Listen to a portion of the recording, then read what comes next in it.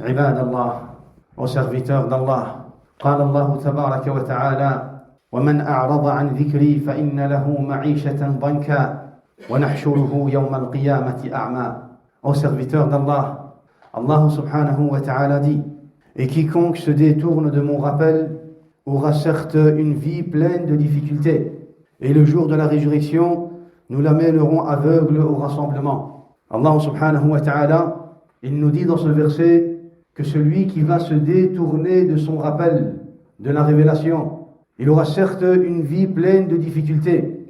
Et le jour du jugement, il sera amené au rassemblement aveugle.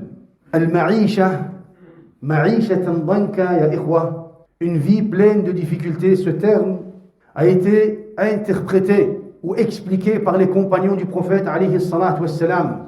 C'est ce qu'on appelle tafsir al-sahaba. Ou alors la compréhension de Sahaba.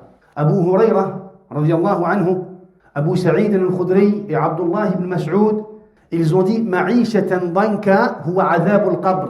Ma'ishatan danka huwa adhab al-qabr. Une vie pleine de difficultés, c'est-à-dire le châtiment de la tombe. Allah subhanahu wa ta'ala dit et quiconque se détourne de mon rappel aura une vie pleine de difficultés, c'est-à-dire il aura le châtiment de la tombe. Car les Sahaba radhwanullahi alayhim, ils ont interprété Ma'ishatan danka avec Adhab al-Qabr. Abu Sa'id al-Khudri radiyallahu anhu, lui, lorsqu'il a interprété ce verset, il a dit Yudghatu alayhi hatta takhtalifa adla'uhu wa la yazalu kadhalika hatta yub'ath. Il sera serré dans la tombe. Ma'ishatan danka. On va comprendre, ya ikhwa, les versets dans le Coran al-Karim, la révélation selon la compréhension de Sahaba. On n'interprète pas les versets selon notre compréhension. On interprète les versets selon la compréhension de Sahaba radhwanullahi alayhim. Ils ont interprété Ma'ishatan danka avec le châtiment de la tombe. Et Abu Sa'id al-Khudri, justement, pour un peu plus détailler, il a dit Yudghatu alayhi hatta takhtalifa adla'uhu wa la yazalu kadhalika hatta yub'ath. Il sera serré dans la tombe. Il sera serré dans la tombe jusqu'à ce que ses côtes s'entrecroisent. Et il restera ainsi jusqu'au jour où il sera ressuscité. C'est ça, Ma'ishatan danka. Ma'ishatan danka, c'est le fait qu'il va subir un châtiment dans la tombe. C'est le fait qu'il va subir un châtiment, ya ikhwah, dans la tombe. Le châtiment, ya ikhwah, de la tombe, Adhab al-Qabr, est une vérité qui a été citée dans le livre d'Allah, dans la sunnah du prophète alayhi salatu wassalam et aussi dans la compréhension de Sahaba radiyallahu anhum ajma'in. قال الإمام أحمد عذاب القبر حق. Le châtiment de la tombe est une vérité. ما ينكره إلا ضال مضل. Seul un égaré ou un égareur le renie. Certes, le châtiment de la tombe est une vérité. Seul un égaré ou alors un égareur le nie. Le prophète alayhi salatu wassalam, ya ikhwa, il dit dans un hadith لولا أن تدافنوا لدعوت الله تبارك وتعالى أن يسمعكم من عذاب القبر ما أسمعني. Subhanallah. Le prophète alayhi salatu wassalam dit si je savais que cela ne va pas vous empêcher de vous enterrer, j'aurais invoqué Allah tabaraka wa ta'ala pour qu'il vous fasse entendre de adab al-qabr, ce que moi j'ai entendu. Subhanallah. Le prophète alayhi salatu wassalam dit à ses compagnons si je savais que cela ne va pas vous empêcher de vous enterrer les uns les autres, j'aurais invoqué Allah tabaraka wa ta'ala pour qu'il vous fasse entendre adab al-qabr. Ma asma'ani. Adab al-qabr, le châtiment de la tombe qu'il m'a fait entendre. Walakin, le prophète alayhi salatu wassalam, il a eu peur pour ses compagnons que s'ils entendent le châtiment de la tombe, qu'est-ce qu'ils vont faire? Ils vont s'abstenir de s'enterrer les uns les autres. Alors le prophète alayhi salatu wassalam n'a justement pas invoqué Allah tabaraka wa ta'ala pour cela. Regardez dans un autre hadith rapporté par Anas ibn Malik, il dit أن النبي صلى الله عليه وسلم دخل نخلا لبني النجار. Le prophète alayhi salatu wassalam est entré dans un jardin qui appartenait à Bani Najjar. Et alors, سمع صوتا ففزع. Le prophète alayhi salatu wassalam, quand il est entré dans le jardin, il a entendu des voix et il a été effrayé. Le faza'. Le prophète, alayhi salatu wassalam, quand il est entré dans ce jardin, il a entendu des souffrances, des voix, et il a été effrayé. Et alors il a dit, Man ashabu hadihi al-qubur? Qui est enterré dans ces tombes? Il y avait des tombes dans ce jardin. Man ashabu hadihi al-qubur? Qui sont enterrés dans ces tombes? Qu'a dit le prophète, alayhi salatu wassalam? Alors ils ont dit, Ya Rasulallah, nasun matu fil jahiliyyah. C'est des gens qui sont morts dans la jahiliyyah. C'est des gens qui sont morts dans la jahiliyyah. Ils sont enterrés dans ces tombes. Alors le prophète, alayhi salatu wassalam, a dit, Ta'awwadhu billahi min adhab al-qabr, wa adhab al-nar, wa fitnati ad-dajjal. Le prophète, alayhi salatu wassalam, a dit, demandez protection à Allah tabaraka wa ta'ala du châtiment de la tombe et du châtiment de l'enfer et des tentations ou alors de la tentation du Dajjal. Subhanallah, le prophète alayhi salatu wassalam, quand il est entré dans le jardin, Allah azza wa jalla lui a fait entendre adhab al-qabr, de ces gens-là qui sont morts dans la jahiliyyah. Subhanallah, il a entendu le châtiment. Et alors il a demandé, qui sont ces gens? Ils ont dit, Ya Rasulallah, des gens de la jahiliyyah. Alors le prophète, alayhi salatu wassalam, qu'est-ce qu'il a fait? Directement, il leur a dit, demandez protection. Ta'awwadhu billahi min adhab al-qabr. C'est le fait de dire, A'udhu billahi min adhab al-qabr. Demandez protection à Allah tabaraka wa ta'ala du châtiment de l'enfer et du châtiment de la tombe et des tentations du Dajjal. Alors les compagnons ont dit, Wa ma dhaka ya Rasulallah? Pourquoi est-ce que tu dis cela? Pourquoi est-ce que tu dis cela? Car les compagnons n'ont pas forcément compris que le prophète, alayhi salatu wassalam, avait entendu des châtiments, avait entendu le châtiment de ces gens-là. Alors ils ont dit, pourquoi est-ce que tu dis cela, ya Rasulallah? Alors le prophète, alayhi salatu wassalam, a dit, Inna hadihi al-ummah tubtala fi quburiha. Cette communauté sera éprouvée dans la tombe. Cette communauté sera éprouvée dans la tombe. Subhanallah, c'est une vérité. Adab al-qabr wa na'im al-qabr. La tombe, ya ikhwa, après que l'homme a été enterré dans la tombe devient soit un trou de l'enfer ou alors un jardin parmi les jardins du paradis. Le prophète, alayhi salatu wassalam, il dit, Inna hadihi al-ummah tubtala fi quburiha. Cette communauté, ou alors les gens, seront éprouvés dans quoi? Dans la tombe. Al-qabr, ya ikhwa, est le premier arrêt de la vie de l'au-delà. Vous savez, après la mort, il y a ce qu'on appelle al-barzakh. Al-barzakh, c'est la vie de la tombe. On a al-hayat al-dunya, et puis on a al-barzakh, et puis on a al-akhirah. La vie d'ici-bas, la vie ici sur terre, et puis on a al-barzakh, qui est la vie dans la tombe, et puis on a al-akhirah, qui est la vie éternelle. La vie éternelle. Et vous savez, après la mort, al-akhirah, il y a plusieurs étapes. Il y a tout d'abord al-ba'th, la résurrection. Et puis al-hashr, le rassemblement. Et puis al-shafa'a, l'intercession. Et puis al-hisab, le jugement. Al-sirat, le pont. Al-qantara, al-a'raf, al-jannah wal-nar. Les étapes de quoi? Les étapes de l'akhirah. Walakin, la première étape de l'akhirah, c'est le qabr. Subhanallah. La première étape, ya ikhwa, de l'akhirah, c'est le qabr. C'est pour cela que Uthman ibn Affan, radiyallahu anhu, quand il se retrouvait devant une tombe, il pleurait. Uthman, radiyallahu anhu, quand il se retrouvait devant une tombe, il pleurait. Il pleurait jusqu'à ce que sa barbe soit trempée de ses larmes. Subhanallah. Sa barbe, lorsqu'il pleurait, était trempée de quoi? De ses larmes. Il pleurait. Alors ils lui ont dit, Ya Uthman, lorsqu'on parle du paradis et de l'enfer, tu ne pleures pas. On parle de l'Jannah et de Nar, tu ne pleures pas. Walakin lorsqu'on parle de l'Qabr, tu pleures. Pourquoi? Subhanallah, on te cite des versets du paradis, des versets de l'enfer, tu ne pleures pas. Et quand on parle de la tombe, subhanallah, tu pleures.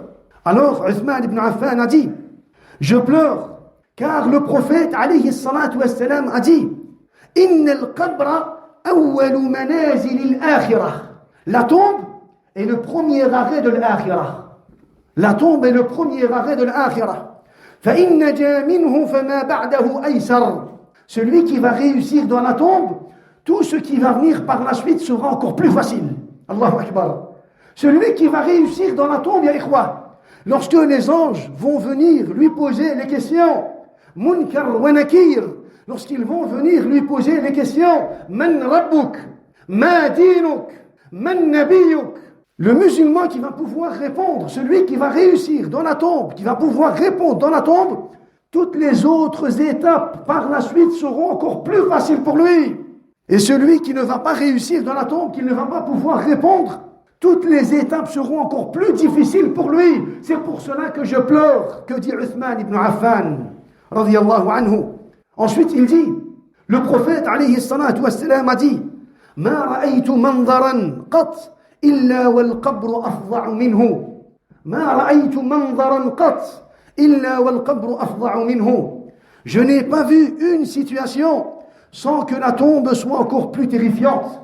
Je n'ai pas vu une situation, je n'ai pas vu quelque chose sans que la tombe soit encore plus terrifiante.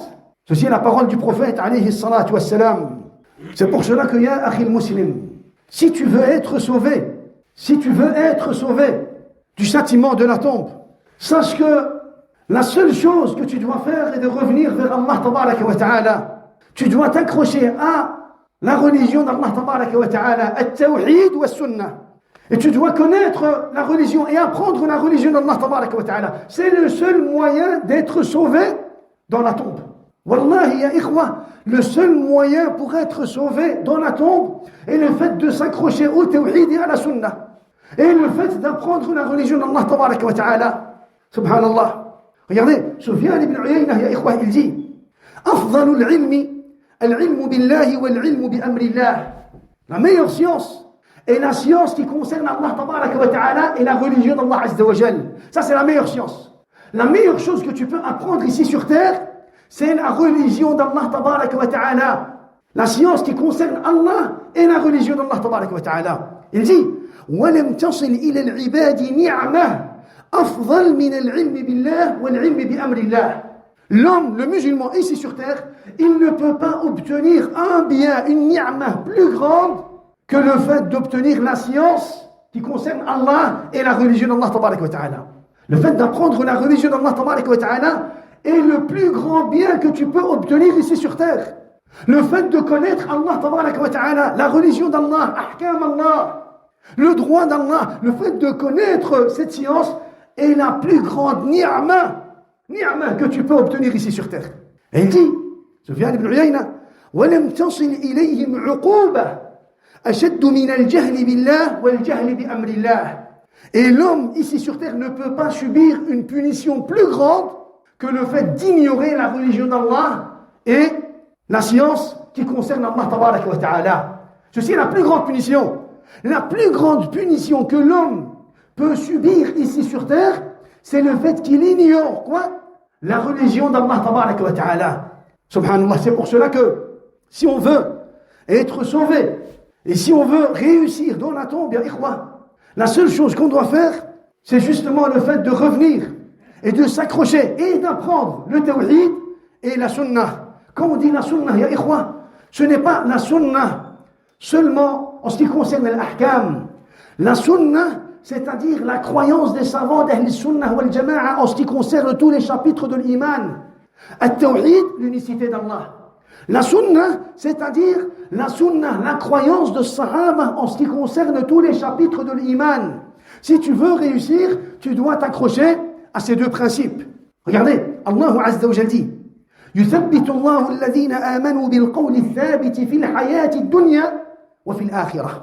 Allah a fermé les croyants par une parole ferme dans la vie présente et dans l'au-delà. Allah Azza wa Jal a fermé les croyants avec une parole ferme, c'est-à-dire avec la ilaha illallah, ici sur terre, dans la vie présente et dans l'au-delà. Et dans l'au-delà, le prophète alayhi salatu wassalam dit Dhaka lil muslim. Cela est valable pour le musulman. Allah Azza wa Jal va lui donner une stabilité avec la ilaha illallah ici sur terre et dans l'au-delà. ولكن البراء ibn Azib, lorsqu'il interprète le verset, il dit هو في القبر ولو هو في عذاب القبر. Lorsque le musulman sera dans la tombe, Allah Azza wa Jal va lui donner une stabilité. Allah Azza wa Jal, il va affermir sa situation ou alors sa croyance. Et il va pouvoir répondre. Et il va pouvoir répondre. Al-Musayyib ibn Rafi' il dit Hada fi sahib al-qabr. Hada fi sahib al-qabr. Ce verset est pour celui qui sera dans la tombe. Allah Azza wa Jal, il va faire en sorte le musulman qui va se tenir al-kitab wa sunnah, au tawhid et à la sunnah. Allah Azza wa Jal va faire en sorte qu'il va pouvoir réussir dans la tombe. Allah Azza wa Jal va lui donner une stabilité dans la tombe. Qatada dit ya ikhwa بلغنا أن هذه الأمة تسأل في قبورها. Il nous a été rapporté que les gens de cette communauté seront questionnés dans la tombe. فيثبت الله المؤمن في قبره. Et Allah Azza wa Jal va affermir le croyant dans la tombe. حين يسأل, lorsqu'il va être questionné, من ربك ما دينك ومن نبيك. Le musulman, lorsqu'il va être questionné dans la tombe, Allah Azza wa Jal va lui donner une stabilité. Et une fois qu'il va répondre correctement, khalas, il va réussir cette étape. Et une fois qu'il va réussir cette étape, toutes les autres étapes jusqu'au paradis seront encore plus faciles pour lui. ولكن avec quoi, avec التوحيد والسنة. qu'Allah Azza wa Jal fasse qu'on puisse être fixe sur le tawhid et la sunnah. أقول قولي هذا وأستغفر الله لي ولكم ولجميع المسلمين فاستغفروه إنه هو الغفور الرحيم. الحمد لله رب العالمين والعاقبة للمتقين ولا عدوان إلا على الظالمين وأشهد أن لا إله إلا الله وحده لا شريك له وأشهد أن محمدا عبده ورسوله الأمين صلى الله عليه وعلى آله وصحبه أجمعين.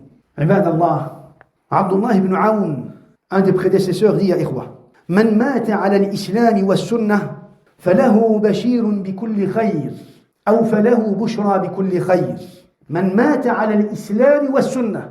Celui qui va mourir sur l'islam et la sunna, certes il aura la bonne annonce de tout bien.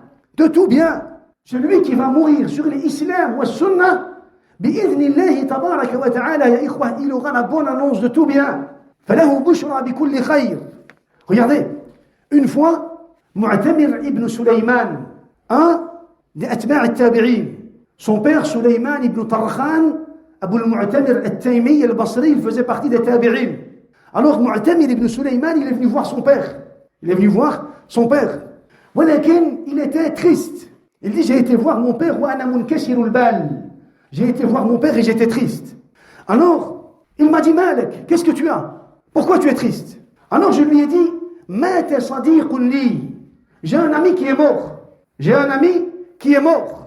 Alors il dit, dès que je lui ai dit, j'ai un ami qui est mort, mon père Sulayman ibn Tarkhan a dit, mata ala sunnah. Est-ce qu'il est mort sur la sunnah? Est-ce qu'il est mort sur les principes de la sunnah? Est-ce qu'il est mort sur la croyance d'Ahl sunnah wal jama'a? Alors je lui ai dit, na'am. Alors mon père a dit, fala takhaf alayhi. N'aie pas peur pour lui. Allahu Akbar. Il lui a dit, n'aie pas peur pour lui. Il est mort à la sunnah. Il est mort sur la croyance de Sahaba radiyallahu anhum ajma'in. J'ai dit, na'am. Alors il m'a dit, la takhaf alayhi. N'aie pas peur pour lui. Il est en sécurité. Il est bien là où il est. Il est dans la tombe. Walakin na'im. Il est dans quoi? Il est dans les délices du paradis. Allahu Akbar. Pourquoi? Parce qu'il est mort sur la sunna. Quand on dit la sunna, encore une fois, la sunna, c'est la croyance de Sahaba radiyallahu anhum sur tous les chapitres de quoi? De l'iman. Al-Tawhid, c'est l'unicité d'Allah. Al-Sunnah, c'est la croyance. C'est la croyance des compagnons radiyallahu anhum ajma'in. Subhanallah. Regardez, je vous cite un autre exemple. Abdullah ibn Shirazad, un des prédécesseurs, il dit, j'étais une fois à Abbadan, une ville, une région. J'étais dans cette ville. فرأيت في المنام كأن رجلا جيء به في ثياب بيض. Alors il dit, j'ai vu un rêve. Abdullah ibn Shirazad, il dit, j'ai vu un rêve. J'étais à Abbadan et j'ai vu un rêve. Pendant la nuit, j'ai vu qu'un homme vêtu d'un vêtement blanc وضع في سفينة, a été déposé dans une barque. Il dit, j'ai vu un homme vêtu d'un vêtement blanc déposé sur une barque. Alors je me suis dit, Man hada? Qui est cet homme? قد مات على الإسلام والسنة ونجا. Il est très certainement mort sur l'islam et la sunna et il a réussi. Et quand j'ai vu cet homme, il avait sur lui une lumière, Il était vêtu de blanc. Il était déposé sur une barque. Il dit, j'ai compris qu'il était quoi? Qu'il était sur une haq. Alors j'ai dit, qui est cet homme? Qui est cet homme qui est mort? Qui est cet homme sur cette barque? Alors il dit, subhanallah, je me suis réveillé. Je me suis réveillé. Et il dit, au matin, subhanallah, j'ai eu la nouvelle de la mort de Sufyan al-Thawri. Allahu Akbar. Il dit, au matin, j'ai eu la nouvelle de la mort de Sufyan al-Thawri. Subhanallah. L'imam Sufyan al-Thawri, ya ikhwa, il était un exemple en ce qui concerne quoi? En ce qui concerne le fait d'être fixe et stable sur quoi? Sur le principe du tawhid et le principe de la sunnah. Subhanallah. Il dit, j'ai vu cela et au matin, quand je me suis réveillé, j'ai eu comme nouvelle la mort de Sufyan al-Thawri. Et bien sûr, on cite cela min bab al-isti'nas, ou sinon on a bien sûr des versets du Coran et de la Sunna qui nous prouvent que celui qui va mourir sur le tawhid et la Sunna, il est sauvé du châtiment de la tombe et même du châtiment de l'enfer. Alors, subhanallah, il dit, j'ai vu cela. Regardez, Shu'aib ibn Harb, l'élève de Sufyan al-Thawri, il dit, إذا دخلت القبر ومعك الإسلام فأبشر. إذا دخلت القبر ومعك الإسلام فأبشر. Si tu entres, lorsque tu vas être déposé dans la tombe, si tu entres dans la tombe avec l'islam, bien sûr aussi avec la sunna, si tu entres lorsque tu es déposé dans la tombe, si tu entres dans la tombe avec l'islam ou la sunna, fa'abshir, réjouis-toi, sois content, subhanallah, sois rassuré. Tu ne vas pas vivre le châtiment de la tombe. Bien sûr que les gens de cette communauté vont vivre le châtiment de la tombe. Walakin, celui qui va être fixe sur l'islam et la sunna, sur le tawhid et la sunna, il va être sauvé du châtiment de la tombe. C'est ça que tu dois comprendre. Celui qui va rester fixe sur le tawhid et la sunna, bi'iznillahi tabaraka wa ta'ala, il va être sauvé de quoi? Du châtiment de la tombe.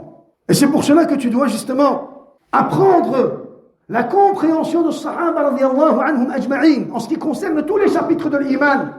Et tu dois apprendre la sunna en ce qui concerne tous les chapitres de l'iman. Si tu veux obtenir bi'iznillahi tabaraka wa ta'ala cette réussite.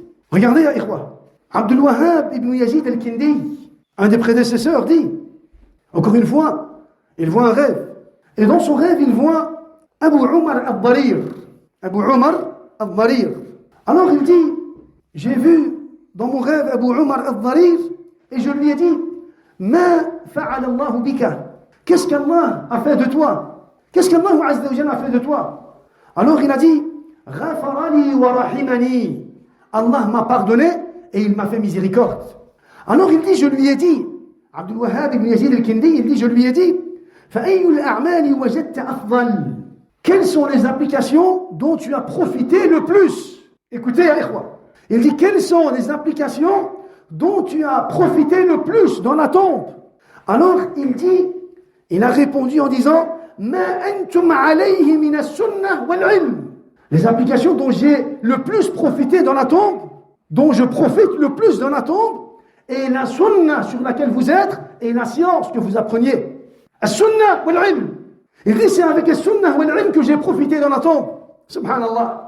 C'est pour cela que le fait d'être sur la sunnah va te sauver d'une façon ou d'une autre du châtiment de quoi? Du châtiment de la tombe. Il dit, j'ai vu les applications les plus profitables dans la tombe, as-sunnah wal-ilm. Wallahi ya ikhwa, as-sunnah et al-ilm, la sunnah du prophète et des compagnons, et le fait d'apprendre la religion d'Allah tabaraka wa ta'ala, ces deux applications sont les deux applications, bien sûr, avec le tawhid, qui vont faire que tu vas être sauvé. Tu vas être sain et sauf dans quoi? Dans la tombe. Bi'iznillahi al-wahid al-ahad. Alors il dit, je lui ai dit, Fa'ayyul a'mali wajadta sharran? Quelles sont les applications les plus mauvaises que tu as rencontrées dans la tombe? Alors il m'a dit, Ihdharil asma'. Je te mets en garde des noms. Alors il dit, je lui ai dit, Wa mal asma'? Que veux-tu dire par quoi? Par les noms. Alors il m'a répondu en disant, Qadari, Mu'tazili, Murji, Faja'ala ya'uddu ashab al-ahwa. Et il a commencé à citer ses noms. Il lui a dit, je te mets en garde des noms. Qadari, Mu'tazili, Murji, Et il a continué et il a cité toutes les sectes égarées du droit chemin. Toutes les sectes égarées du droit chemin. Il lui a dit, je te mets en garde de ces noms. Tombe pas dans ces bid'as. Ne tombe pas dans quoi? Ne tombe pas dans ces tendances, dans ces sectes. Pourquoi?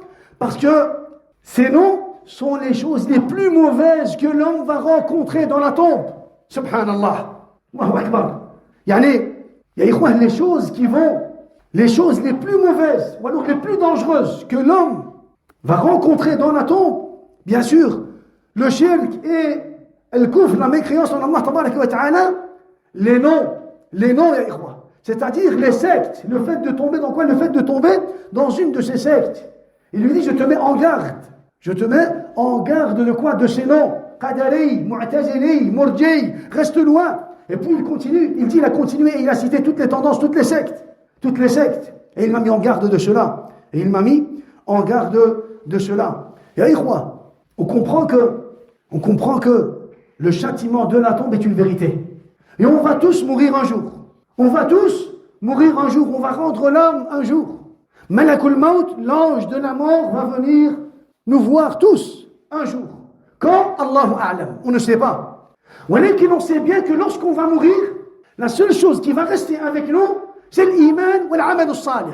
C'est al-tawhid ou al-sunnah. C'est al-sidq ma Allah tabarak wa ta'ala. C'est l'ikhlas ma Allah tabarak wa ta'ala. C'est l'istislam li dinillahi wa li ahkamillahi tabarak wa ta'ala. C'est ce qui va rester avec nous. Quand on va mourir, ikhwa, khalas, il n'y aura plus personne avec nous. Et on n'aura plus rien de la vie d'ici-bas.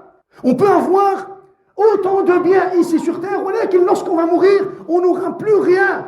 On n'aura plus rien de la vie d'ici-bas. Il ne restera avec nous que quoi? Que l'iman, al-tawhid ou l'amal al-salih. Et on va tous être déposés dans la tombe. Et à chacun d'entre nous, Munkar wa Nakir vont venir. Munkar wa Nakir, ya ikhwa. Les deux anges qui questionnent, ya ikhwa, les hommes, vont venir à chacun d'entre nous. Munkar wa Nakir. Et ils vont quoi? Ils vont nous questionner. Et chacun d'entre nous va entendre quoi? Va entendre ces questions. Man rabbuk, ma dinuk, man nabiyuk. Man nabiyuk. Si on veut répondre correctement à ces questions, c'est ici sur terre, c'est maintenant qu'on doit faire des efforts. C'est maintenant qu'on doit revenir vers Allah tabarak wa ta'ala. C'est maintenant qu'on doit lire le livre d'Allah azza wa jal. C'est maintenant qu'on doit apprendre ad-din, at-tawhid wa sunnah. C'est ici sur terre qu'on doit chercher quoi? Qu'on doit chercher à apprendre la religion d'Allah tabarak wa ta'ala. Et qu'on doit s'accrocher à la sunnah du prophète et des compagnons radiyallahu anhum ajma'in. Pour chaque chapitre de l'iman, ya akhi, comme tu l'as fait pour le tawhid. Tawhid al-asma'i wa sifat, tawhid al-rububiyyah, tawhid al-uluhiyyah, tawhid al-risala, ila akhirih. Comme tu l'as fait pour les chapitres du tawhid, fais pareil pour tous les chapitres de l'iman. Apprends tous les chapitres de l'iman par rapport à la compréhension de as-sahaba et des tabi'in et des premiers prédécesseurs. Accroche-toi à la sunna et de cette façon, bi'idhnillahi tabaraka wa ta'ala, tu seras sauvé du châtiment de la tombe. On demande à Allah tabaraka wa ta'ala qu'il nous protège du châtiment de la tombe et qu'il nous protège du châtiment de l'enfer et qu'il nous protège des tentations du Dajjal. Allahu Akbar. Alhamdulillahi Rabbil Alamin. Ar-Rahman Ar-Rahim. مالك يوم الدين إياك نعبد وإياك نستعين اهدنا الصراط المستقيم صراط الذين أنعمت عليهم غير المغضوب عليهم ولا الضالين